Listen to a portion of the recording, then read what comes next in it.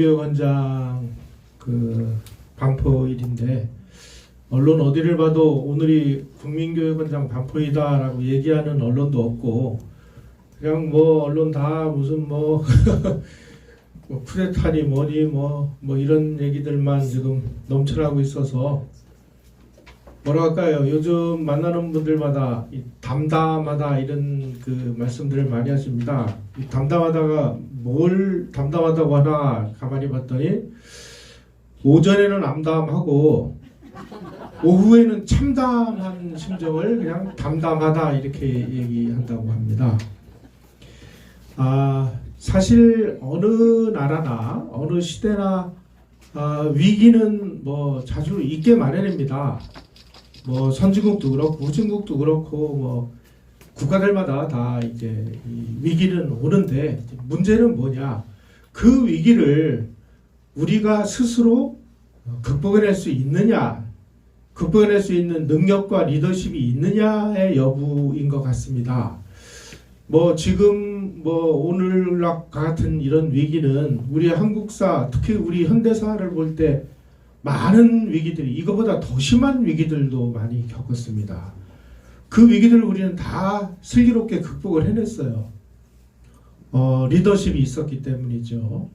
그런데 이제 어르신들께서 많이 좀 우려하시는 거는 지금 현재 이런 지리멸렬한 이 국가적 리더십 가지고 이런 위기를 우리가 슬기롭게 극복을 할 수 있겠느냐 하는 부분에서 많은 의문들을 가지고 계신 거 아닌가 하는 생각이 들고요. 오늘 이 국민교육원장을 반포한 1968년으로 돌아가 봐도 그때도 뭐 오늘보다 더하면 더했지 적지 않은 위기들이 아주 계속 닥쳐왔습니다. 우선 첫째로 1968년 1월 21일 날 무슨 일이 있었는지 다 기억하시죠? 김신조 일당이 저 청와대 바로 옆에 자문까지 접근을 했습니다. 그리고 나서 이틀 후에 미국 정보 수집하면 푸에블로가 저 동해상에서 납치가 되고 뭐 그야말로 정말 국가적인 절체절명의 위기 상황을 우리는 극복을 해내서 그 극복을 해내는 과정 중에 하나가 국민교육원장의 제정이었습니다. 우리가 이런 역사적인 과정을 좀 들여다볼 필요가 있을 것 같습니다.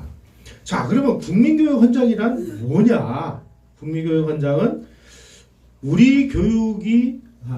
교육이 지향해야 될 이념과 근본 목표를 세우고 민족 중흥의 새 역사를 창조할 것을 밝힌 교육 지표다 이렇게 말씀드릴 수 있습니다. 이 총 글자 수가 393자인데 이 393자를 만들기 위해서 뭐 철학자 박종홍 선생을 비롯해서 당대 아주 최고의 석학 60여 분이 참여를 하셨습니다. 그리고 이게 국회에 제정이 돼서 국회에서 만장일치로 통과가 돼서 국회를 거쳐서 반포가 된 것입니다. 그냥 뭐 대통령이 나 오늘 발표해야 되겠어 하고 멋대로 발표한 게 아니라는 뜻입니다. 여야가 만장일치로 동의를 했습니다. 자, 그러면 이런 부분을 한번 우리가 고민해 봐야 될 것 같아요. 아니 그렇게 여야가 다 합의를 했는데 학자들은 어떻게 평가를 했을까? 정말 학자들의 평가는 제가 이 반제문에다가 자세히 적어놨습니다만은 지극히 부정적입니다. 예를 들어서 뭐 신주백 같은 사람은 뭐 국민의 자발적인 동의로 만들어진 것이 아니었다.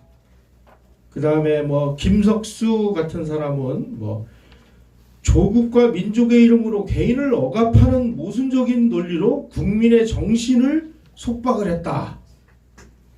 김한종 같은 사람은 이건 뭐 전시적인 거에 그쳤고 교사나 학생들은 이걸 외우기만 했지 뭔지를 무슨 뜻인지 몰랐다. 뭐 이런 식으로 비판을 하지를 않나. 무슨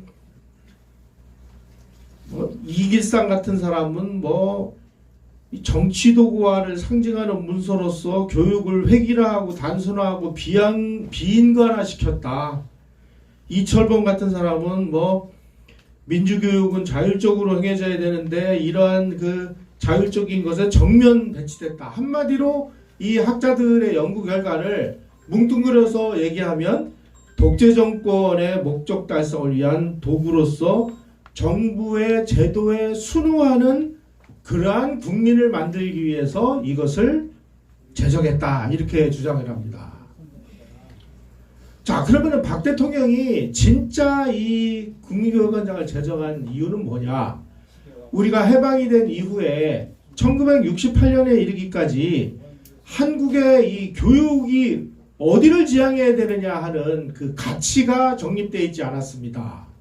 단지 우리의 그 교육 목표가 뭐냐, 국민교육의 목표가 뭐냐라고 묻는다면 아무것도 없으니까 홍익인간이다 이렇게 얘기를 했습니다. 여러분, 홍익인간이 뭡니까? 이게 뭐 고조선의 교육 목표라고 그래요. 고조선의 건국이념이라고도 해요. 글자 그대로 뜻풀이를 하면 널리 인간 세계를 이롭게 하는 인간의 육성이란 것입니다. 자, 그러면 교육의 그 뚜렷한 핵심 목표가 있어야 됩니다. 예를 들면 무엇을 가르칠 것이냐, 어떻게 가르칠 것이냐, 누구를 위해서 가르칠 것이냐, 어떤 방법으로 가르칠 것이냐, 이런 구체적인 것이 홍익인간에는 명시되어 있지 않습니다. 그러다 보니까 도대체 홍익인간을 강조하면 강조할수록 이 추상적으로 빠져들어갈 수밖에 없어요. 이게 인간 세계를 이롭게 하는 인간을 만든다? 이렇게 막연하고 추상적이고 두루뭉실한 걸 가지고는 제대로 교육이 이루어질 수가 없다는 거예요. 자, 반면에 국민교육원장에서는 뭐라고 얘기했느냐? 학문과 기술을 배우고 익혀서 타고난 저마다의 소질을 개발하고 창조의 힘과 개척의 정신을 기르고 공익과 질서를 앞세우고 능률과 실질을 숭상하는 인간을 만들겠다. 이게 얼마나 구체적이고 실질적입니까? 우리가 이러한 국민교육원장이 만들어지기 이전까지는 도대체 이러한 국민이 무엇을 지향하는 인간을 만들 것이냐에 대한 구체적인 비전이 없었는데 그 비전을 제시한 것이 국민교육원장이다. 그런데 이거를 무슨 뭐 독재 정권을 강화하기 위해서였다 뭐 이런 식으로 그야말로 이 먹물 학자들이 난동을 부리는 거나 마찬가지의 이런 그 함부로 된 그 어토당토하는 얘기를 함으로 인해서 결국은 국민교육원장이 폐지가 돼버리고 말았어요. 다시 말씀드리면 이 시대에 대한민국에 태어난 이 국민은 무엇을 어떻게 해야 하는지를 구체적으로 선명하게 제시하기 위해서 만든 것이 국민교육원장이다. 이렇게 말씀드릴 수 있습니다.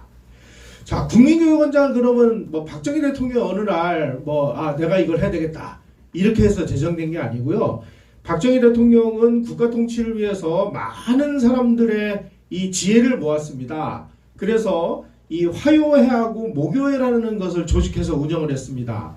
화요회의 경우는 이제 학자들을 중심으로 해서 매주 화요일 날 학자들이 이제 이 국가에 필요한 여러 가지 정책 아이디어라든지 이런 것들을 제기를 하고 그러면 그거를 전부 레포트를 적어가지고 박정희 대통령에게 보고를 하면 박정희 대통령이 이거 좋다 그래가지고 행정부처에다가 지시를 해서 이걸 국가 정책으로 추진하는 이런 일을 했고요. 목요일 날은 목요회라는 걸 만들었는데 목요회는 주로 언론인 출신들이 참여를 했습니다. 지금 저 앞에 계신 유석춘 교수님의 부친께서도 이 화요회 목요회 멤버의 한 사람이었던 걸로 저는 알고 있고요. 이렇게 이 화요회와 목요회에서 박정희 대통령에게 이거 지금 우리 국가를 위해서 이런 것이 중요하니까 이걸 좀 하는 게 좋겠습니다 라고 제안을 한 것 중에 하나가 바로 국민교육원장이었다. 자, 이 학자와 언론인들이 직접 건의해가지고 이게 국가정책으로 만들어진 게 경제건설 정책, 벼의 신품종 개발, 국민교육원장 등등 한두 가지가 아닙니다. 다시 말씀드리면 그 당시 대한민국의 최고 석학들과 최고의 언론인들이 지금 우리 국민들이 이 어디로 가야 될 바를 모르는 이 정신적인 아노미 상태에 있으니 이 사람들을 국가 목표가 여기니까 이쪽으로 가는 교육을 합시다라고 하는 헌장을 제정하자라고 건의를 해서 받아들인 거였다는 뜻입니다. 박 대통령이 이거 좋은 생각이다 그래가지고 문교부 장관에게 지시를 해가지고 문교부 장관이 기초위원 26명, 심의위원 48명 합쳐가지고 약 70명 정도 되는 그 학자들을 모아서 여러 차례 그 초안을 만들어가지고 토론을 하고 뭐 해가지고 만든 것이 국민교육원장이고 국회 결의를 거쳤고 모든 과정을 다 거친 것입니다. 한국에서 국민교육원장을 제정했다라는 이야기를 듣고 제일 먼저 장개석 총통이 이거 우리도 이런 게 있어야 되는데 한국이 참 대단한 나라다. 또 독일에서도 독일도 우리 이 청소년들을 위해서 이런 걸 해야 되는데 한국이 이런 걸 했구나. 지대한 관심을 가졌습니다. 그런데 이때서부터 이제 국민교육원장이 무슨 일본의 무슨 교육치거를 갖다 베꼈느니 하면서 공격이 시작이 됐습니다. 제가 보니까 이 국민교육원장이 일본 교육치거하고 비슷하다라는 것을 연구한 박사학위 논문까지 있더라고요. 이런 상황입니다. 특히 1978년 6월 27일 날 전남대학교의 그 송기숙 교수를 비롯해서 11명의 교수가 교육민주화를 주장하는 우리의 교육지표라는 성명을 발표했는데 이게 그 내용은 교육민주화를 주장하고 있는데 핵심 내용은 국민교육원장을 비판하는 내용이었습니다. 뭐라고 비판했느냐? 제가 여기다 써놨죠. 이렇게 나와 있습니다. 오늘의 교육의 실패는 민주주의의 우리 교육이 뿌리박지 못한 데서 온 것이다. 국민교육원장은 바로 그러한 실패를 집약하는 공복이다. 행정부의 독단적인 추진에 의한 재정 경위 및 선포 절차 자체가 민주교육의 근본 정신에 어긋나며 일제하의 교육치거를 연상케 한다. 아니 당대 석학 60명이 참여를 하고 문교부가 제정을 해서 그거를 행정부가 검토를 하고 국회에서 만장일치에 결의를 해서 대통령이 발표했는데 그게 행정부의 독단적인 추진이고 선포 절차가 근본 정신의 민주주의에 어긋납니까? 그럼 뭐를 어떻게 해야 절차가 정당한 거죠? 아니 이런 사람들이 교수래요. 또 이 국민교육원장을 비판하는 이 박사학위 그 광민지라는 그 학자가 쓴 논문은 전체 국가주의적이고 전체주의적인 일본 국제사상에 뿌리를 두고 있대요. 심지어 유신체제는 적어도 국민교육원장이 선포되었던 때부터 예비되어 있었다고 볼 수 있다. 따라서 이 국민교육원장이 10월 유신을 위한 이 떡밥이었다. 이렇게까지 지금 이야기를 하고 있습니다. 이런 사람들 어떻게 해야 돼요?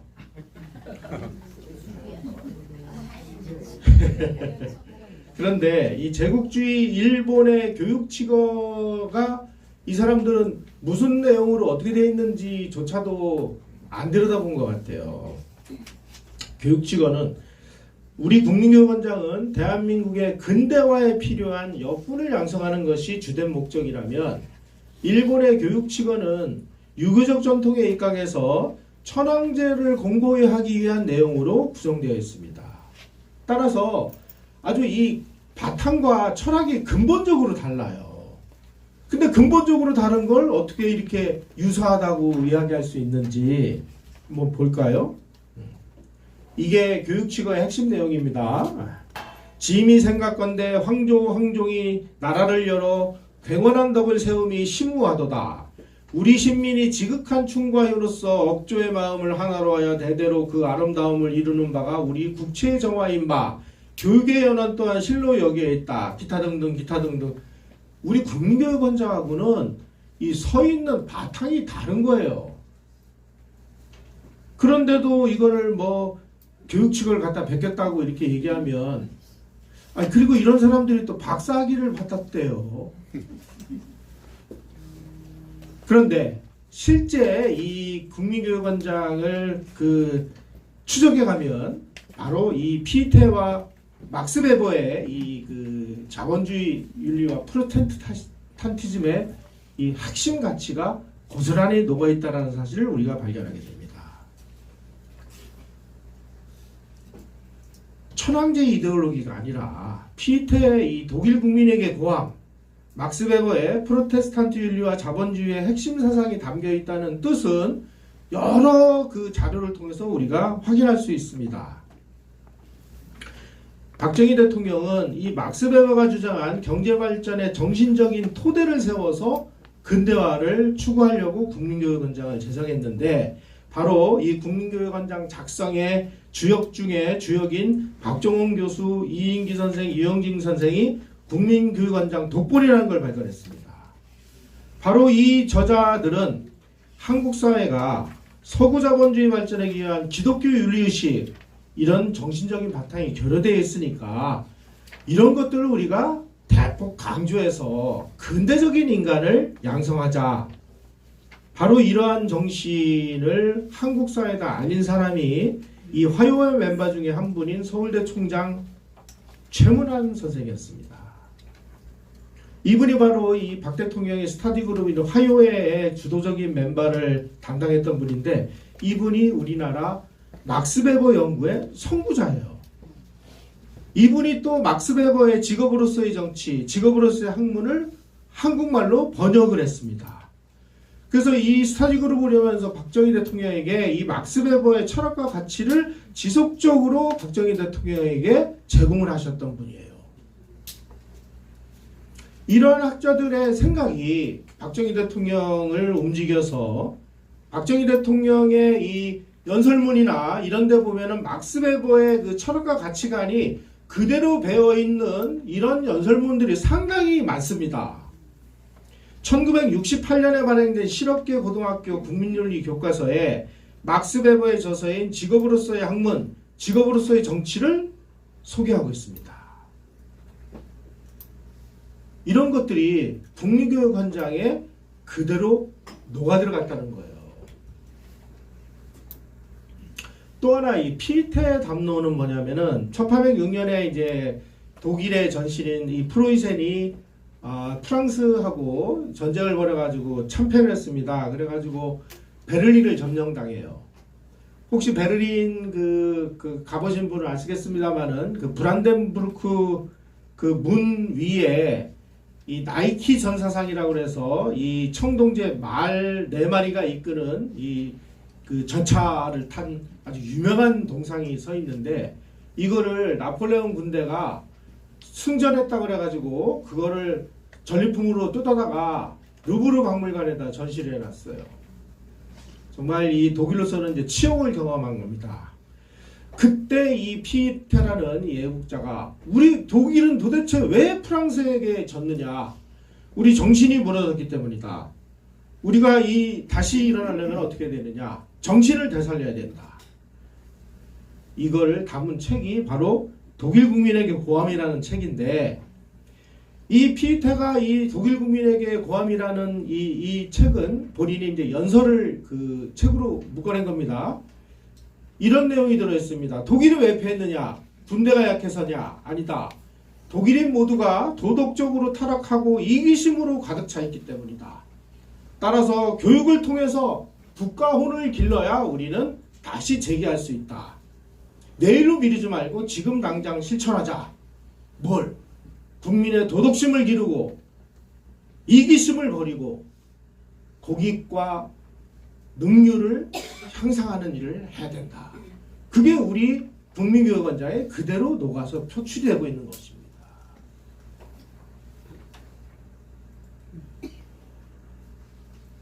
새로운 교육이 독일의 미래를 결정한다. 박정희 대통령도 국민교육원장을 통해서 새로운 국민교육을 통해서 대한민국을 농업국가 대한민국을 근대화된 대한민국으로 환골탈태를 시키겠다. 이런 정신을 담은 것이다라는 뜻이죠. 이런 내용을 피태가 주장한 이 국민교육을 진짜 초등학교에서부터 철저하게 가르치기 시작을 했습니다. 독일 국민에게 고함이라고 하는 이 피태의 이 핵심 가치를. 그래서 그로부터 약 70년 후에 64년 후에 1871년에 보불 전쟁이 벌어집니다. 이때 아주 이 프로이센 군대가 프랑스 군대를 아주 박살을 내고 프랑스 황제 나폴레옹 3세를 포로로 잡습니다. 아주 압도적인 승리를 거뒀습니다. 그래서 파리를 점령해가지고 64년 전에 빼앗긴 이 청동 전차상을 다시 가져다가 원래 자리에다가 올려놨어요. 그리고 당시 이 프랑스 군대가 자랑하는 프랑스 대육군의 이 대포를 전부 뺏어가지고 그 베를린에 가신 분들은 보셨겠습니다만 이 승전 기념탑이 있는데 이 승전 기념탑에 이렇게 둥근 것으로 이렇게 돌돌돌돌 말아져 있죠. 이게 바로 프랑스 육군으로부터 뺏은 대포 포신을 쏴가지고 만든 승전 기념탑이에요. 그때 이제 이 전쟁을 지휘를 한 몰트케 장군이 뭐라고 얘기했냐? 아, 우리 독일군의 승리는 우리 군인들의 승리가 아니라 바로 이 피테와 막스 베버의 이 정신을 초등학교에서부터 철저히 교육시켜준 초등학교 선생님들 덕분이다. 다시 말씀드리면 막스 베버와 피테의 이 교육 덕분이다 라고 선언을 합니다. 우리 국민교육원장에는 그 막스 베버와 피테의 그 핵심 엑기스가 그대로 다 녹아들어 있어요.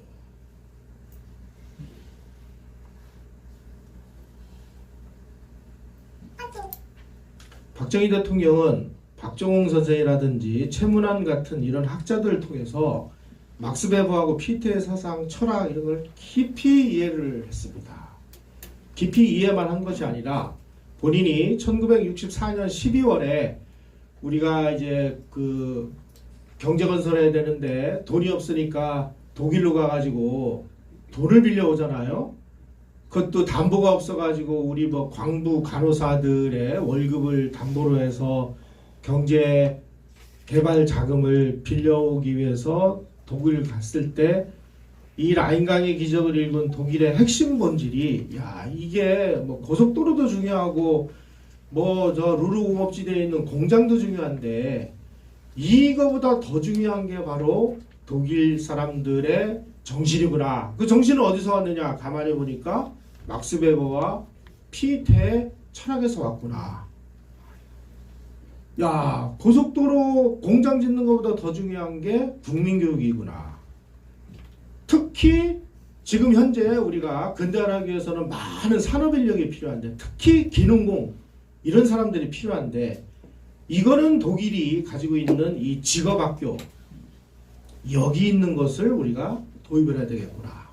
그래서 이 산업공상으로 글이나 읽고 농사나 질 줄 아는 이런 사람들을 우대하는 이런 나라를 기술자 장인을 우대하는 공상농사의 나라로 혁명적으로 바꿔야 되겠구나. 이걸 위해서는 국민교육을 상징할 수 있는 그런 지표가 필요하다. 이게 바로 국민교육원장이 탄생된 과정과 실질이라는 것입니다. 바로 이러한 국민교육원장을 통해서 교육을 개혁하고 그 교육개혁을 통해 가지고 막스 베버식의 이 금욕주의로 무장을 한 이 기능인들 그리고 그러한 삶을 추구하는 근대적 인간을 배출하기 시작을 했습니다. 바로 이러한 국민교육원장 정신에 따라서 양상된 근대적 인간이 근대화를 추진하는 합리적인 관료 집단하고 과학기술을 발전시켜서 우리가 경제적으로 발전한 것이죠. 다시 말씀드리면 이러한 그 교육의 지표 이 지표가 없었으면 과연 이러한 발전이 이룰 수 있었겠느냐. 우리가 이러한 근본적인 의문을 제기할 때가 온 것 같습니다.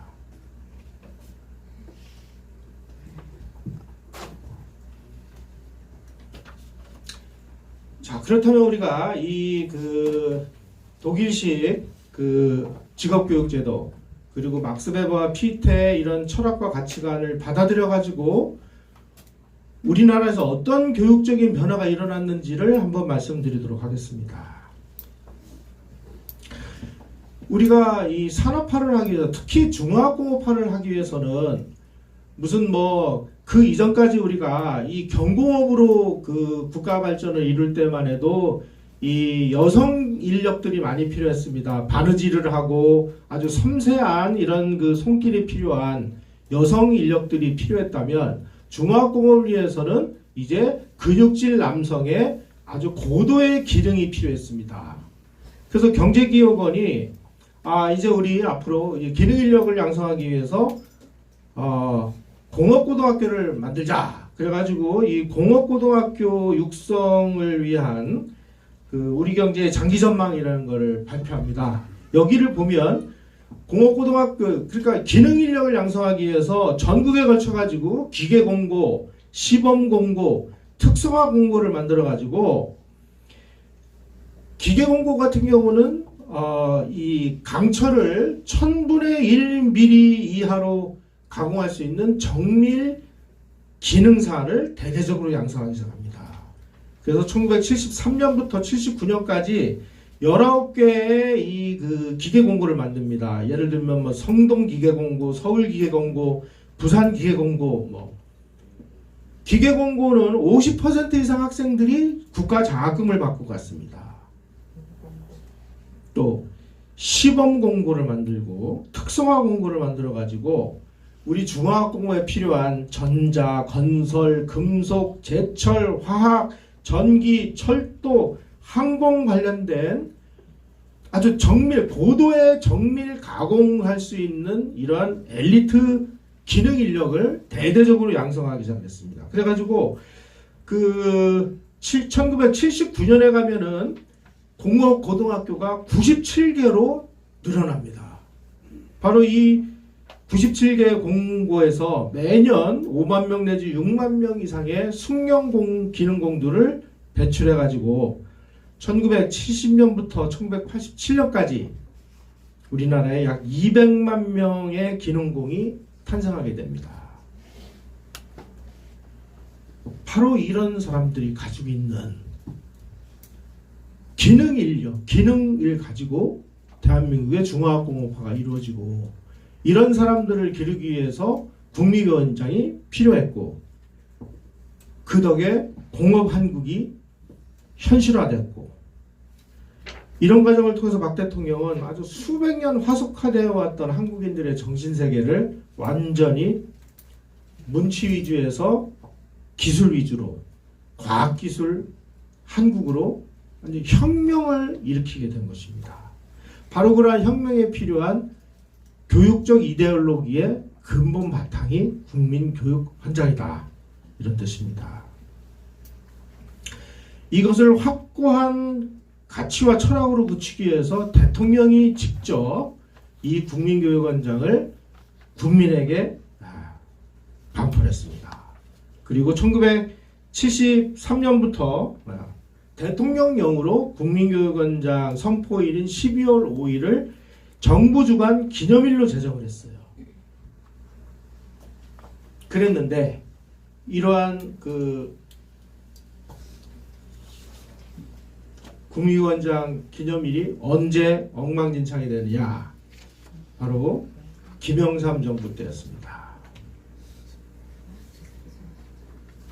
1993년까지는 어쨌든 교육부 주관으로 이 헌장 이념의 구현을 다짐하는 정부 차원의 기념식까지 하고 낭독도 하고, 그리고 모든 교과서에 국민교육헌장이 명시가 되어 있습니다.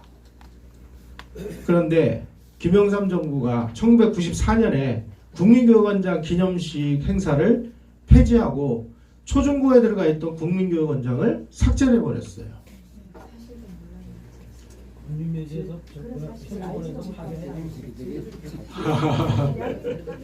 네. 이때 이제 정치권에서 특히 이제 이상한 뭐 그야말로 이제 대한민국의 가치를 그 반하는 이런 그 세력들이 국립원장을 없애야 된다. 뭐 아까 제가 말씀드린 송기숙 교수하고